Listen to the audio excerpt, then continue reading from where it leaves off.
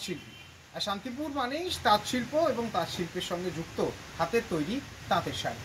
তবে সেই তাঁতের অবস্থা বা তাঁতশিল্পের অবস্থা বর্তমানে তলানিতে।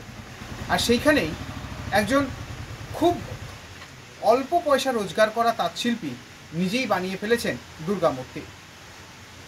ইতিমধ্যে তার বাবা বেশ কিছুদিন আগে প্রয়াত হয়েছেন এই তাঁতশিল্পী, গৌতম ঘোষ তার নাম। আর সে রীতিমতো এখন বাবার কথা রাখতে, পরিবারের মঙ্গলার্থে, এলাকাবাসীর মঙ্গলার্থে, তৎসহ আরজিকর কাণ্ডে যারা দোষী তাদের শাস্তি চেয়ে মাতৃমূর্তির আবাহন করতে চলেছে। হাতে আর মাত্র কয়েকটা দিন, তারপরেই উৎসব মুখর হবে সারা বাংলা, সারা দেশ।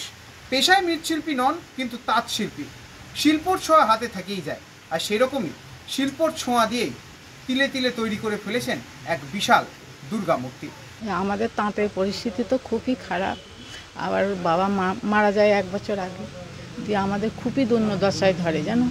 তাঁতে প্লেটের মতন মনে হয় মানুষে কেটে দিয়ে, কিন্তু কেউ কাটতো না, চোখে দেখা কেটে দিয়ে এইটা বললো যে দাদা তুই আবার নতুন করে দুর্গা পুজো কর। বাবা তো বলতো তুই তো করিস না, তা বাবা তো নেই, কর আবার। দিয়ে এই কাজ সেরে এই শ্রাবণ মাসে 20 তারিখ থেকে এই দুর্গা ঠাকুর করে। তাদের আর্থিক অবস্থা খুব খারাপের জন্য সেই পুজোটা বন্ধ হয়ে যায়।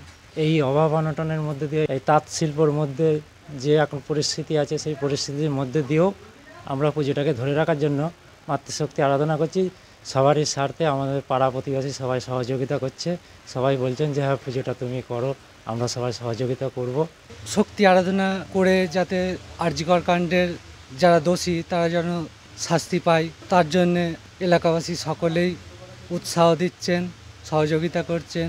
আমার শহর শান্তিপুর থেকে রূপম রায়, কলকাতা টিভি।